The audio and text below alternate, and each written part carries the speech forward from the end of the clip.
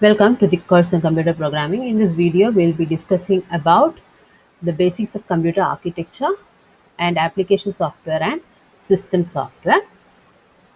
The computer is an electronic calculating machine which accepts data from the user, processes that data, and stores the data and generate the desired outputs based upon the processing performed. The computer system is mainly composed of four parts: hardware, which includes all the physical devices of the computer like keyboard, processor, hard disk, etc. Software, which is a set of instructions that tells the computer about the task to be performed. That is, uh, programmers will write softwares so that the computer performs certain tasks.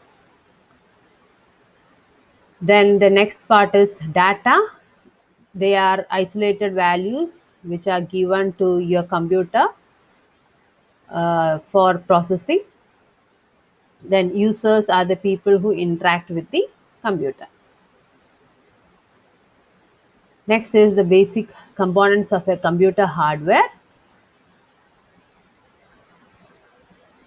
So we have to learn about computer architecture.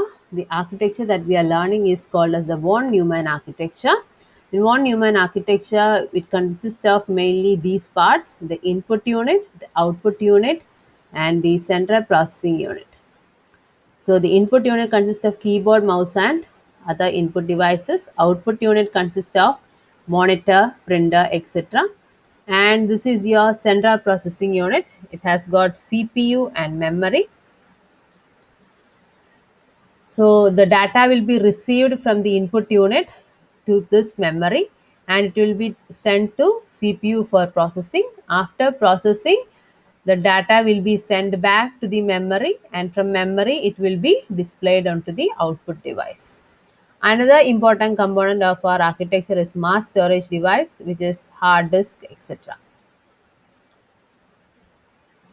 So the central processing unit in our architecture consists of basically three parts: control unit, arithmetic logical unit, and registers. Central processing unit is basically the brain of the computer. It mainly consists of arithmetic logical unit and control unit. All the arithmetic operations are performed by the arithmetic logical unit. The control of the computer is in the hands of control unit. It controls all devices such as memory, input output devices, etc. Then registers are very high speed storage areas. They have very low storage capacity, but when you have some data or instruction that requires processing, they are usually placed in the registers so that they can be processed in a faster manner. Then the next part is the input output unit. Input unit corresponds to the those units that will give data to the computer, and output unit will take the data from computer and display it for the external world. Examples are mouse, keyboard, printer, etc. Then next is memory unit. Memory unit is any physical device that is capable of storing information.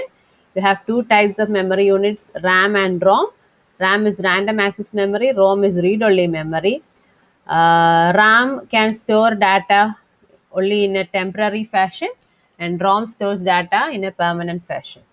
Memory is classified into two categories: primary, secondary, and cache memory. Primary memory is a memory that is accessed directly by the CPU. There are two types of primary memory: read-only memory and RAM, that is random access memory. The contents of the RAM cannot be changed by the CPU. It is used to store basic input system or input output system or BIOS. This BIOS is required for starting up your computer, for loading your operating system, etc. It is a permanent storage. Second type of primary memory is random access memory. It is a volatile memory. When the computer's power goes off, the contents in the RAM is deleted. All kinds of processing of the CPU are done using RAM. So that is why we try to increase the size of RAM to improve the performance of the computer.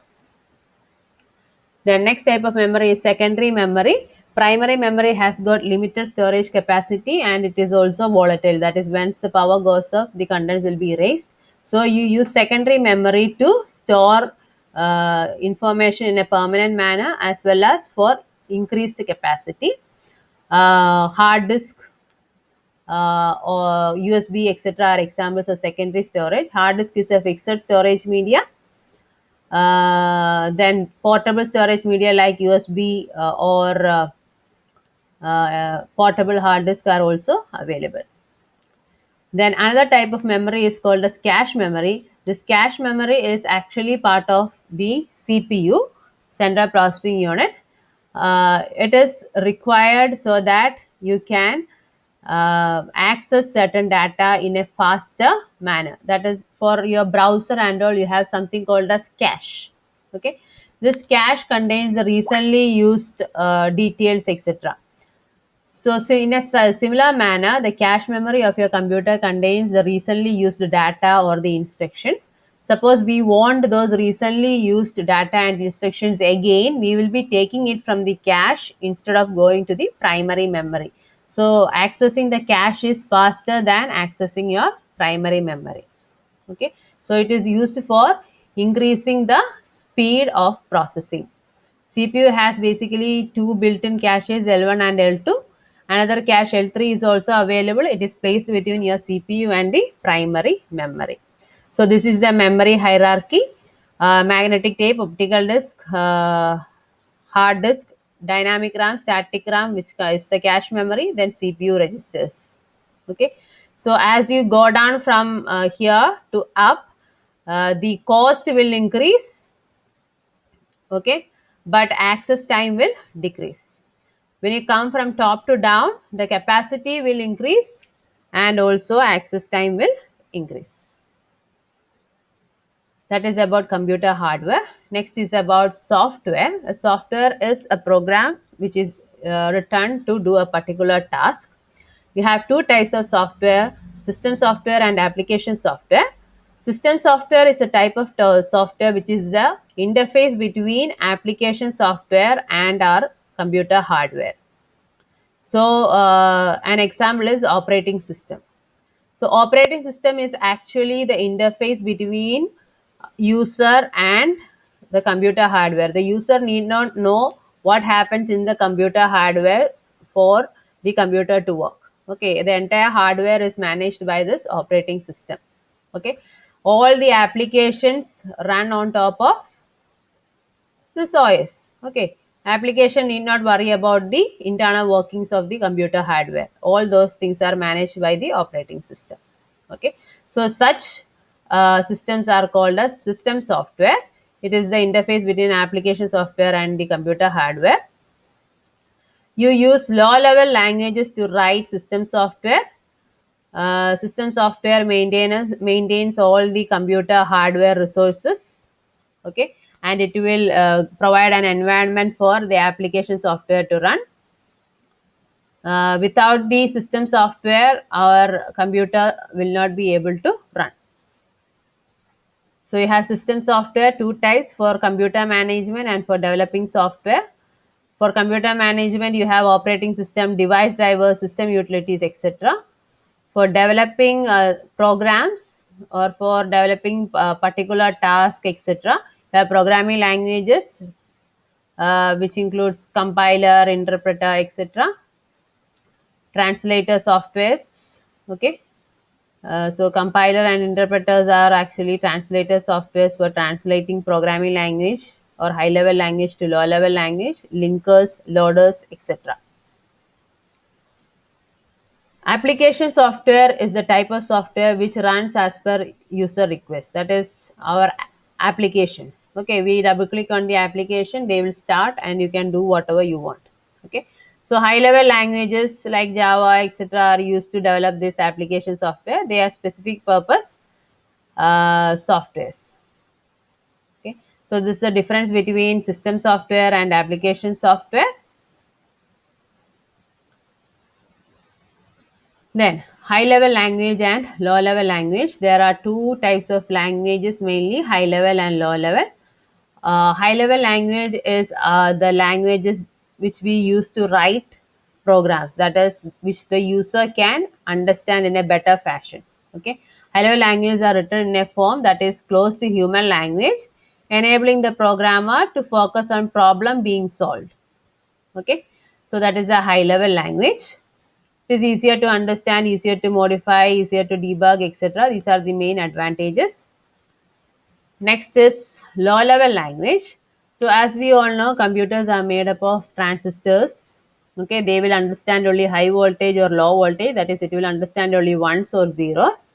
So programs written in ones or zeros are called as machine language programs. Okay, so these machine language programs are called as low level languages. Similarly, there is another low-level language called as assembly language program. Assembly languages. Assembly languages use assembly language to write programs. Okay, they are very closer to machine language. Okay, but uh, a bit more advanced than 1010 machine language. Okay, so this assembly language is also a low level language. Machine language is the only language that is known to the computer. It is composed of zeros and ones. Assembly language is a low level programming language. It is designed for a specific processor. Example is 8085 programming. Next is system translator. System translator is a software that converts a computer program from one language to another. Okay, there are mainly three different types of translator: compiler, interpreter, and assembler. Compiler is a translator that converts high-level programming language into machine language, that is C compiler, Java compiler, G++, etc. Interpreter, it is just like a compiler, but it is a translator used to convert high level programming language to machine language, but it does not in compiler you compile the entire program into machine language. In interpreter you interpret each program's line by line. Okay, line by line it is converted into machine language. Okay, so here also you are translating from high level to machine language, but instead of converting the entire program to machine language, in interpreter what we do, you will take each line of the program, each line is converted to machine language, each line is converted to machine language and executed. Okay, so that is Python interpreter, etc. You take the Python interpreter, you type a Python command, it is converted into its machine language at that instance itself and executed. Okay, you will not wait for the entire program to be completed in a Python interpreter. Okay, but for a compiler, what you need? You need the entire program. The entire program will be converted into its machine language together. Okay, but interpreter you will do only line by line interpretation. The next is an assembler. Assembler is a translator used to translate assembly language into machine language. Example, Fortran assembly program, macro assembly program, etc. So this is a difference between a compiler and an interpreter. Thank you.